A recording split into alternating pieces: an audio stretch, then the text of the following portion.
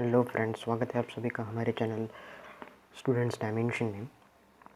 आज हम देखेंगे periodic trends in modern periodic table, यानी मॉडर्न पीरियोडिक टेबल में कैसे ट्रेंड्स हैं, यानी कैसे सिमिलैरिटीज़ है एलिमेंट्स जो अरेंज हुए हैं उनके बीच में।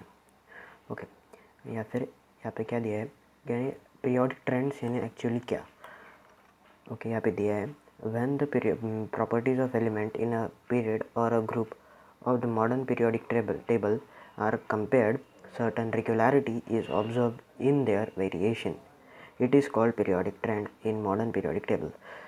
समझ लीजिए कि एलिमेंट्स है, वहाँ पे एलिमेंट्स जो है उनकी जब हम प्रॉपर्टीज़ एक दूसरे से कंपेयर करते हैं तब हमें उन अरेंज किए हुए एलिमेंट्स में पीरियड्स या फिर ग्रुप में कुछ सिमिलैरिटीज़ मिलती है, जैसे कि एटॉमिक साइज़ का डिक्रीज़ होना, एटॉमिक साइज़ का इंक्रीज़ होना है। हम यहाँ आगे देखेंगे।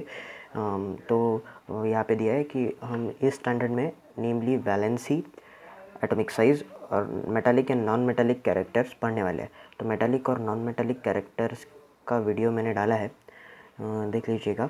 ओके, सबसे पहले देखेंगे हम वैलेंसी। अब वैलेंसी यानी क्या। Okay, you have learned in previous standard that valency of an element is determined by the number of electrons present in outermost shell of its orbit, that its valence electron। समझ देखिए, अगर कोई element के valence electron से उसकी valency निकाली जाती है। अभी वैलेंसी हम हाइड्रोजन और क्लोरीन के एग्जाम्पल से देखने वाले हैं। हाइड्रोजन और क्लोरीन बनाते हैं HCl, हाइड्रोक्लोरिक एसिड। तो इन दोनों के रिएक्शन से हम वैलेंसी का कॉन्सेप्ट समझने वाले हैं। तो सबसे पहले इसका इलेक्ट्रॉनिक कन्फिग्रेशन लिख लेते हैं कि हाइड्रोजन में तो एक ही इलेक्ट्रॉन होता है, तो इसकी इलेक्ट्रॉनिक कन्फिग्रेशन होगा 1 ओनली। उसके बाद क्लोरीन का क्या, क्लोरीन में होते हैं 17 इलेक्ट्रॉन्स, एटॉमिक नंबर 17। इसका 2, 8 और 7, ये हो गया इसका इलेक्ट्रॉनिक कन्फिग्रेशन। हमने पढ़ा था कि वैलेंसी जो है इलेक्ट्रॉनिक कन्फिग्रेशन पे बेस्ड होती है। अभी देखते हैं, अगर ये क्लोरीन जो है ये हाइड्रोजन के पास आता है। ओके, तो हाइड्रोजन क्या करेगा, अपना एक इलेक्ट्रॉन ये क्लोरीन को दे देगा।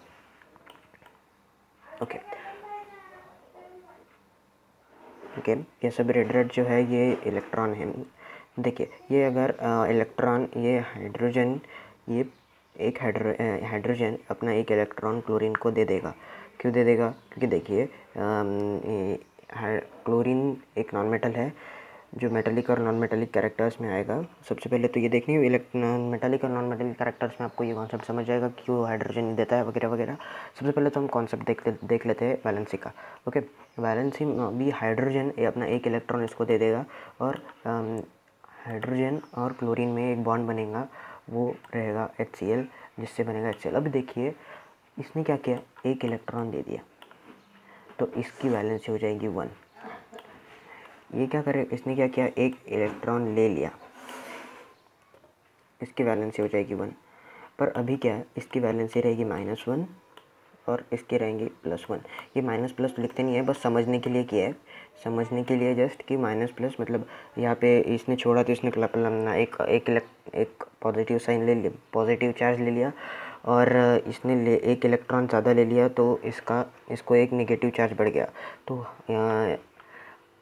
वैलेंसी क्या होता है, वैलेंसी जो लास्ट ऑर्बिट है उसको फुलफ़िल करने के लिए, स्टेबल बनाने के लिए कोई एलिमेंट अपना दूसरे से इलेक्ट्रॉन लेता है, तो जितने नंबर ऑफ इलेक्ट्रॉन लेता है वो उसकी हो गई वैलेंसी। समझ लीजिए, यानी लेना ही नहीं, बस देना भी। हाइड्रोजन ने यहाँ पे एक इलेक्ट्रॉन दे दिया तो उसकी वैलेंस हो जाएंगे 1, यहाँ पे एक ले लिया। तो फिर इसी प्रकार हाइड्रोजन की वैलेंसी हो जाएंगी 1 और इसकी हो जाएगी 2। वैसे ही हर एक एलिमेंट की वैलेंसी होती है प्लस और माइनस में, इसकी हो जाएंगी 1 ही होगी, सॉरी माफ़ कीजिएगा। पर देखते हैं अभी हम आगे कि बाकी के एलिमेंट्स की भी क्या वैलेंसी होती है। तो यहाँ पे लिखा होता है पीरियोडिक टेबल में वैलेंसी के ऊपर।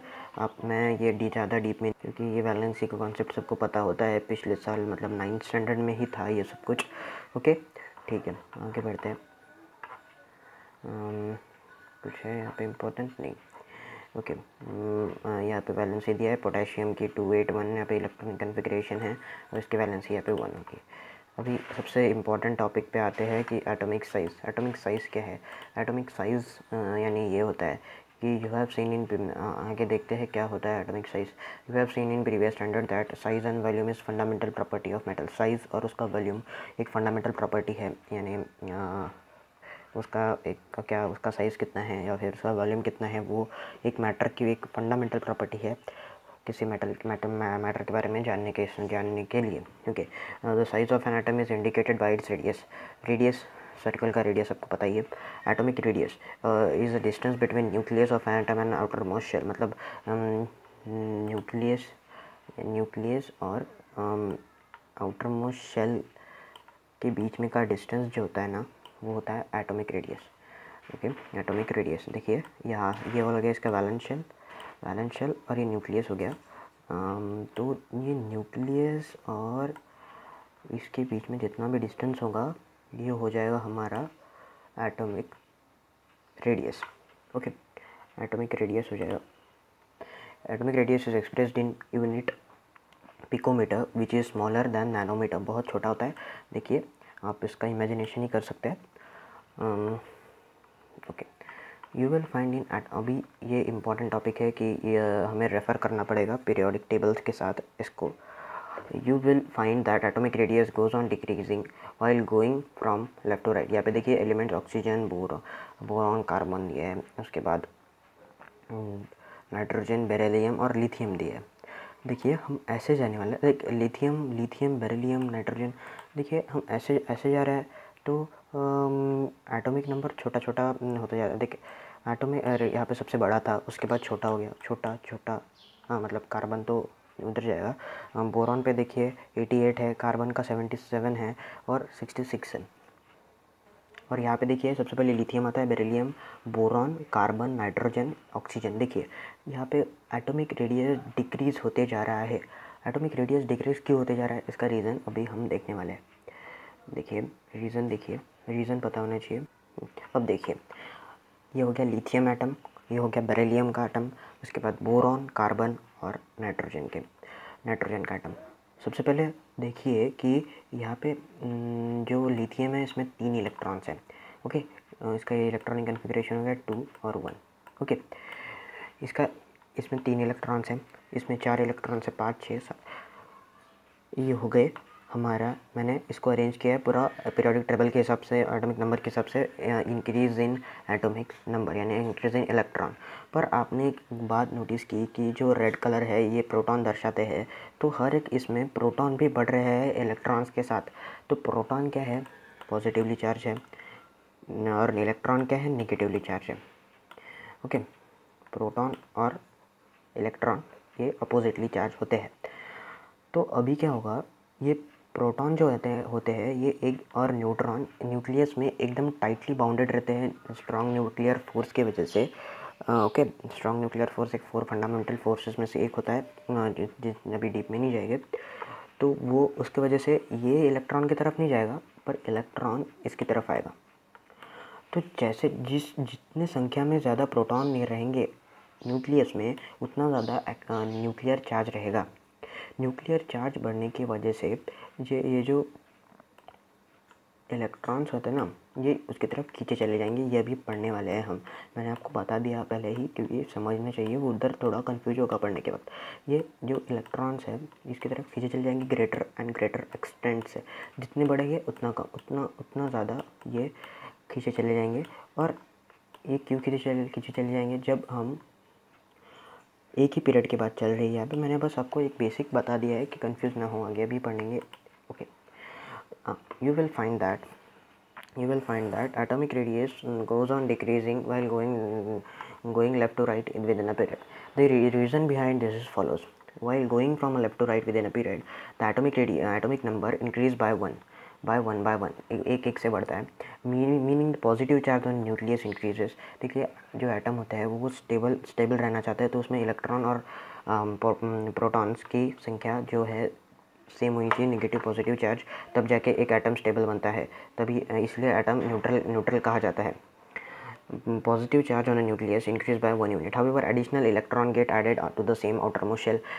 देखिए जब हम बढ़ते हैं पीरियड में देखिए आपने नोटिस किया होगा कि जितने में जो इतना शेल है ना, वो ये दूसरा पीरियड है, तो जिसमें इसमें शेल रहेगी 3, इसमें शेल रहेगा सिर्फ और सिर्फ।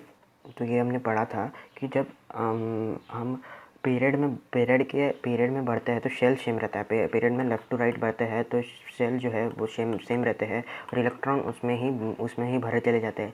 तो क्या होगा आगे हम पढ़ते हैं। Positive nuclear charge, okay. However, additional electron gets added on the same outermost shell. Due to increased nuclear charge, the electrons are pulled towards the nucleus to greater and greater direction, thereby atomic size decreases. यही मैंने आपको पहले बताया।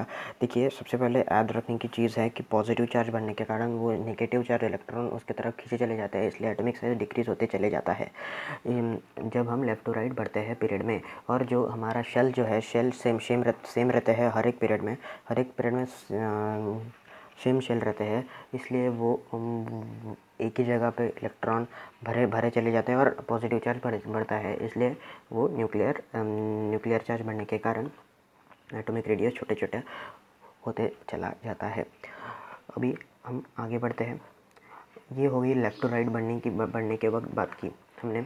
उसके बाद हम बात करें अगर जो हम नीचे बढ़ने की, तो नीचे बढ़ने के वक्त क्या होगा कि ये हाइड्रोजन, अभी देखिए अब मैंने यहाँ पे आपको हाइड्रोजन का पिक्चर दिखाया। हाइड्रोजन में क्या है, एक शेल है। उसके बाद मैंने आपको यहाँ पे ये लिथियम का पिक्चर दिखाया। यहाँ पे आपने नोटिस किया कि और आप और नीचे चले जाएंगे, यहाँ पे देखिए यहाँ पे कितने शेल है।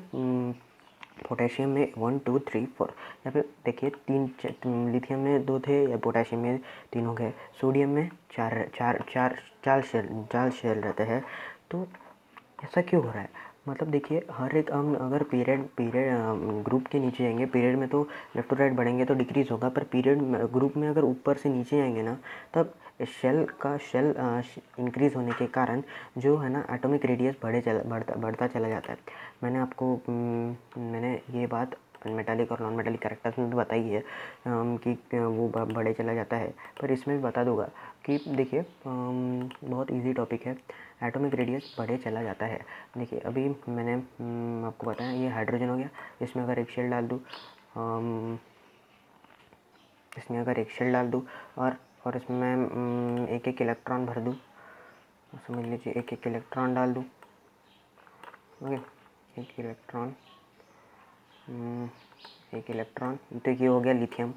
देखिए अब ऐसी तरह से मैं नीचे और एक इसको भरते जाओ। अब मैंने ग्रुप वाइज जाते जाओ, समझ लीजिए कि मैं नीचे चले जाऊंगा, हाइड्रोजन लिथियम अपना सोडियम पोटेशियम, तो नीचे चले जाते वो एटॉमिक जो रेडियस है वो बढ़ेगा, क्योंकि शेल की संख्या बढ़ेगी। तो ये हो गई पीरियोडिक ट्रेंड नीचे जाते वक्त और नीचे ग्रुप में ऊपर से नीचे जाते वक्त और पीरियड में लेफ़्ट से राइट जाते वक्त। बस इतना ही कॉन्सेप्ट था।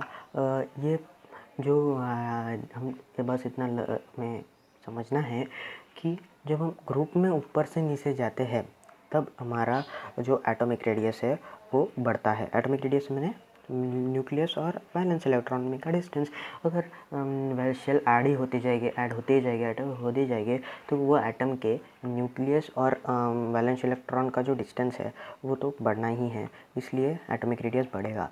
पर जब हम लेफ़्ट टू राइट बढ़ते हैं किसी पीरियड में, तो ये लॉजिक की बात है कि जब अपना जो ये है पॉजिटिव चार्ज और नेगेटिव चार्ज एक दूसरे की तरफ अट्रैक्ट होते हैं तो एटॉमिक रेडियस छोटा होते जाएगा। बस यही था और आगे कुछ नहीं है। आगे हम पढ़ेंगे क्या है। Okay, you will find out that going down a group atomic size goes on increasing, which this is because while the going down a group new shell is added, therefore distance between the outermost shell and outermost electron and nucleus goes on increasing. As a result, atomic size increases in spite of increased nuclear charge. देखिए यहाँ पे भी number बढ़ रहा है, यहाँ पे भी एटॉमिक नंबर बढ़ रहे हैं, यहाँ पे भी इलेक्ट्रॉन्स बढ़ रहे हैं, पर वहाँ पे प्रोटॉन्स भी ज़्यादा होंगे। तो आप सोचेंगे कि वहाँ पे क्यों नहीं अट्रैक्ट कर रहा है, पर वहाँ अगर हम पीरियड में जाएंगे, पीरियड में यहाँ से यहाँ लेफ़्ट टू राइट बढ़ते हैं तो शेल सेम रहते हैं, पर यहाँ पे शेल सेम नहीं रह रहे हैं, उनके बीच का डिस्टेंस बढ़ रहा है, इनके बीच का डिस्टेंस कांस्टेंट है, इनके बीच का डिस्टेंस कांस्टेंट है, इसलिए वो इलेक्ट्रॉन्स अपनी तरफ खींचे चले जाएंगे। पर यहाँ पे डिस्टेंस भी बढ़ रहा है क्योंकि शेल ऐड हो रहे हैं, इसलिए डिस्टेंस यानी एटॉमिक रेडियस की बात कर रहा हूँ। एटॉमिक रेडियस बढ़ेगा तो फुल टू एटॉमिक साइज भी बढ़ेगा, डायमीटर सर्कल डायमीटर का कॉन्सेप्ट आपको यहाँ पे लगाना पड़ेगा। तो यही कॉन्सेप्ट है, बस एटॉमिक रेडियस बढ़े चले जाएगा जब नीचे जाएंगे हम, क्योंकि देखिए यहाँ पे न्यूक्लियर चार्ज तो बड़ा रहेगा पर डिस्टेंस रहेगा ना वो बहुत बड़ा रहेगा, इसलिए न्यूक्लियस अपना फोर्स उसके इलेक्ट्रॉन पे नहीं लगा पाएगा। इलेक्ट्रॉन पे नहीं लगा पाएगा, वो तो है, वो नॉन मेटालिक कैरेक्टर्स में आएगा, वो वीडियो देख लेना। ठीक है, बस ये हो गया इतने वीडियो में। बस हमें याद रखना है वैलेंसी का कॉन्सेप्ट, वैलेंसी यानी इलेक्ट्रॉन देना और लेना की कैपेबिलिटी। हाइड्रोजन का 1 है, हमने HCl का उदाहरण से देखा था। उसके बाद ये एटॉमिक साइज़ है ना, एक एटम का साइज़। एटॉमिक साइज़ डिक्रीज़ होता है जब हम लेफ़्ट टू राइट किसी पीरियड में जाते हैं, और एटॉमिक साइज़ इंक्रीज़ होता है जब तो हम किसी पीरियड में किसी ग्रुप में ऊपर से नीचे आते हैं। अगर आपको नहीं समझा, को डाउट होगा तो हमें कमेंट कीजिए, लाइक कीजिए, शेयर कीजिए और चैनल सब्सक्राइब कीजिएगा।